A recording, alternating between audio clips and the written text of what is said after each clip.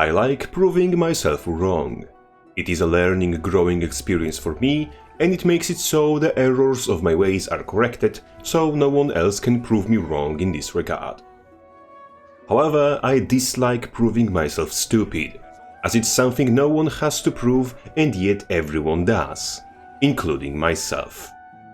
What I'm alluding to is the fact that some bloody idiot managed to make not one but two detailed videos about inner machinations of Willbender and possible points of contention, and not once mentioned Relic of Stormsinger or Spear. Especially considering both were pointed out to me on several occasions and appear in my own bloody footage. Not to mention, I was beaten over the head with both, and I just didn't consider testing it because I liked Hammer more. It appears I headbutted that one wall a little too hard. If you want to headbutt walls too, check out Bullshit Brigade's Discord server. And if you want to donate to charity fund for mentally handicapped Poles, there's a link to my Patreon down there as well. But let's get on to proper math, shall we? Relic of Stormsinger gives you a buff on use of movement skill. That gets consumed once your attack connects to deal additional hit of damage to up to 3 enemies. On the same build I used so far, it averages between 14.5 and 15.5 hundredths of damage, roughly 1.5k. This of course isn't much, and highest I got the relic to deal was 3.1k damage in a single instance. But here's the catch. To deal 1.5 damage with every relic that increases your damage by 10%, which is pretty much all of them, you'd have to deal 15k damage to a target. And to deal 3.1k with a relic, that'd have to be 31k damage. Of course, there is a relic of Mount Balrog, which grants 15% instead of 10% damage increase, but that still are requirements of 10 and 20k raw damage being done. For most builds, applying this much damage is quite a serious ask, even in time bracket of 4 seconds most relics give you, as enemy can block, dodge and kite away. Stormsinger relic is quite unique in this regard, as you need to hit enemy just once, and the effect of the relic isn't lost when you miss or hit a block, meaning it is much easier and more forgiving than relics of Brawler, Weaver, Fireworks or whatever. Not to mention, you can gain the effect of Stormsinger relic once every 3 seconds, which aligns with duration of every typical defensive utility in the game. If you hit someone over the head with the Stormsinger once and they start blocking, as soon as their block is down again, you'll be able to Stormsing them again.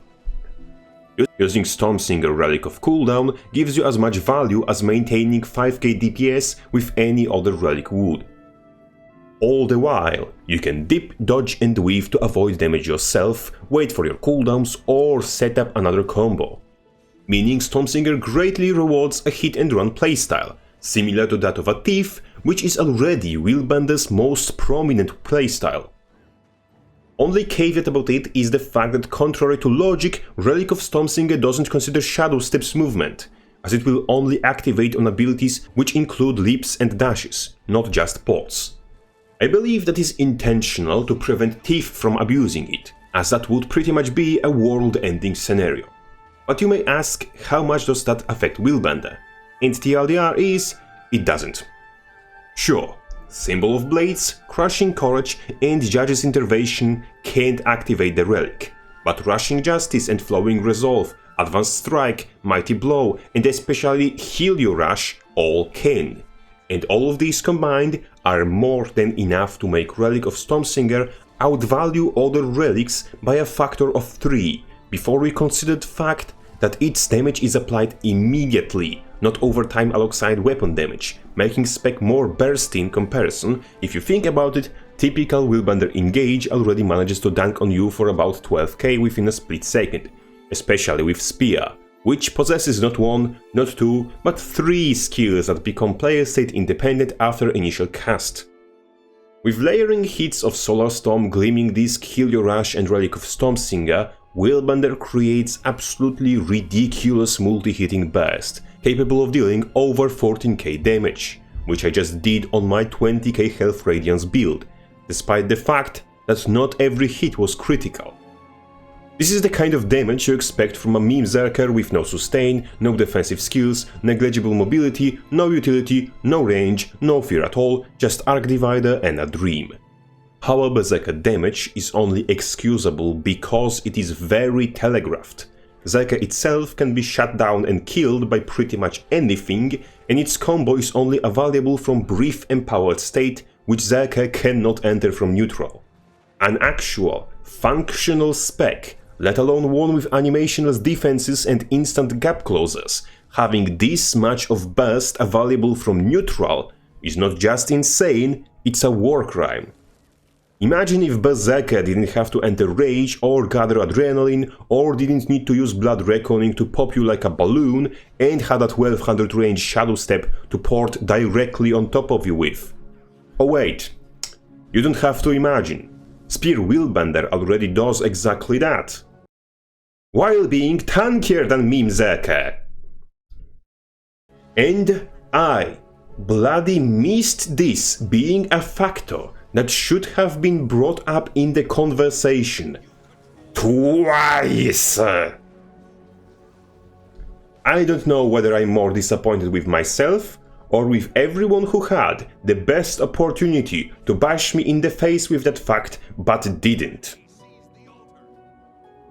I'm willing to stand by my previous conclusions, so long they are properly contextualized. In regards to Double Sword Hammer Willbender, it is not overpowered. Annoying to face? Perhaps, but not overpowered. When it comes to Spear Stormsinger variant, however, it absolutely is overpowered. At the very least, Gleaming Disc's second pulse should not be player state independent, or Solar Stone pulses should only deal damage to enemies if they're not hitting the caster, so that all of Spear's damage can't be layered on top of each other within 1 second of a window. Stormsinger Relic is also mathematically overperforming. It either needs longer ICD, probably 5 seconds, or roughly 25% less damage. Possibly both. Without these two factors, Spear and Stormsinger, Willbender is excusable. I'd still argue its boon upkeep might require a little downward adjustment, and I'll happily kill someone on the hill over placing Aegis and Stability on Crushing Courage After Effect procs with Barrier. But I'd stomach being asked to wait for that till May or something. If Spear and Stormsinger Relic aren't addressed till January though, we'll probably see quite a chunk of community leave at least until June or whenever next patch after January arrives. And the last thing PvP needs right now is the player exodus. It is enough that gods left. Anyway, a special sign of gratitude towards generous Patreon supporters who, despite my severe mental retardation, continuously consider my dubious quality content worth their money. You're all truly welcome. Crabface out.